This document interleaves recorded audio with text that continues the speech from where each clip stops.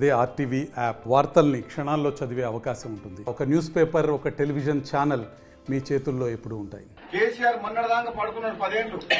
గుర్తురాలే నల్గొండ జిల్లా ప్రాజెక్టులు, కృష్ణా వాటర్ గురించి గుర్తురాలే. ఆనాడు జగన్మోహన్ రెడ్డితో ఫ్రెండ్షిప్ చేసిండు. ఈ రోజు కృష్ణా రివర్ బోర్డు ఆయన సంతకం పెట్టి బోర్డుకు కేఆర్ఎంబీకి అప్పచెప్పిండు. ఈ రోజు వచ్చి నల్గొండలో సభ పెడతా అంటుండు. సిగ్గు శరం ఏమన్నా ఉంటే కేసీఆర్ పాలిటిక్స్ లోకి రిటైర్డ్ కావాలి.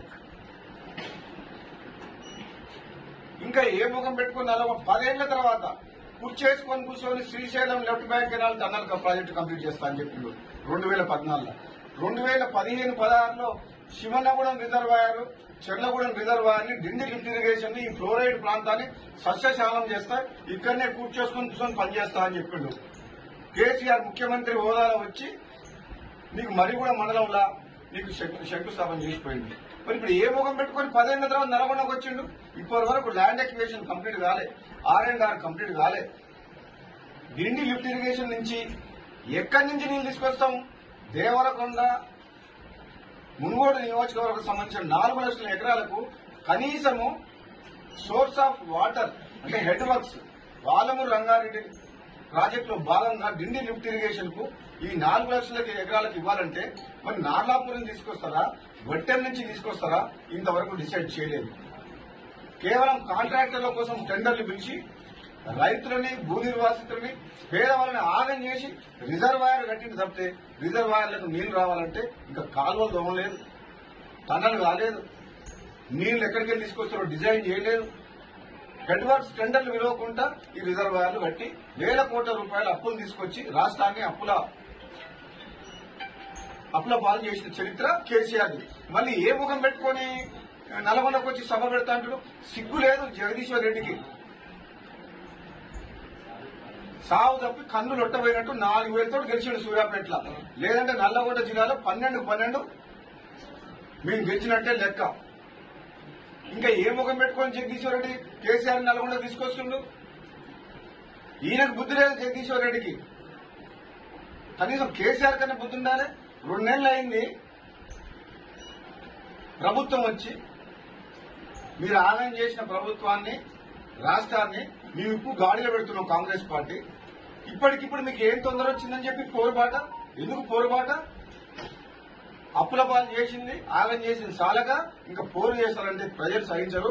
నల్లగొండ జిల్లాలో ప్రజలందరూ కూడా ముక్త కంఠంతో ఈ కేసీఆర్ రాకని వ్యతిరేకించాలని చెప్పేసి కూడా ఈ సందర్భంగా నల్లగొండ జిల్లా ప్రజలందరూ కూడా చెప్తున్నారు.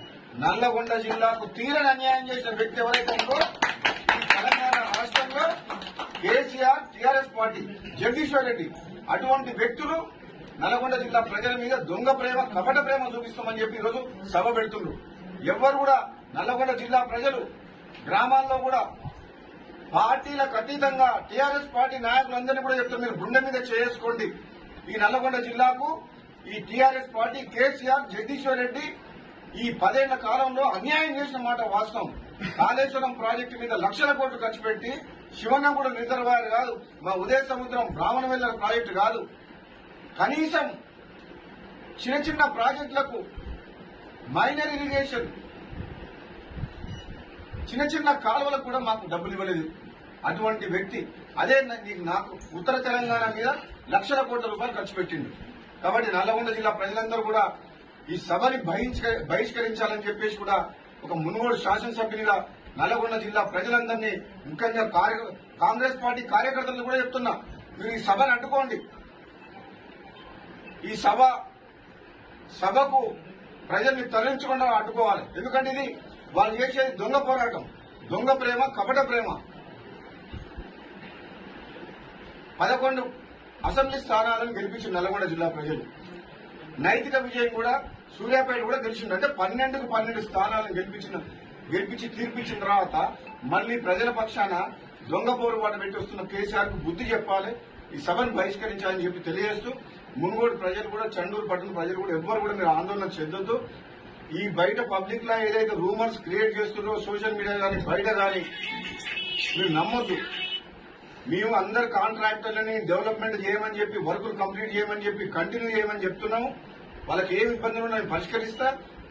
అప్పటి పూసుకున్న ప్రభాకర్ రెడ్డి మనుషులే భయపడి పనిచేయట్లేదు తప్పితే మేము ఎవరిని ఆపలేదు. ఇప్పుడు కూడా రేపే పని చేయమని స్టార్ట్ చేయమని చెప్తున్నాం. బిల్లులు ఇప్పించే బాధ్యత నాది. మరిన్ని వీడియోస్ కోసం ఛానల్ ని సబ్స్క్రైబ్ చేయండి, లేటెస్ట్ అప్డేట్స్ కోసం వాట్సాప్ ఛానల్ ని ఫాలో చేయండి అండ్ లింక్ డిస్క్రిప్షన్ లో ఉంది.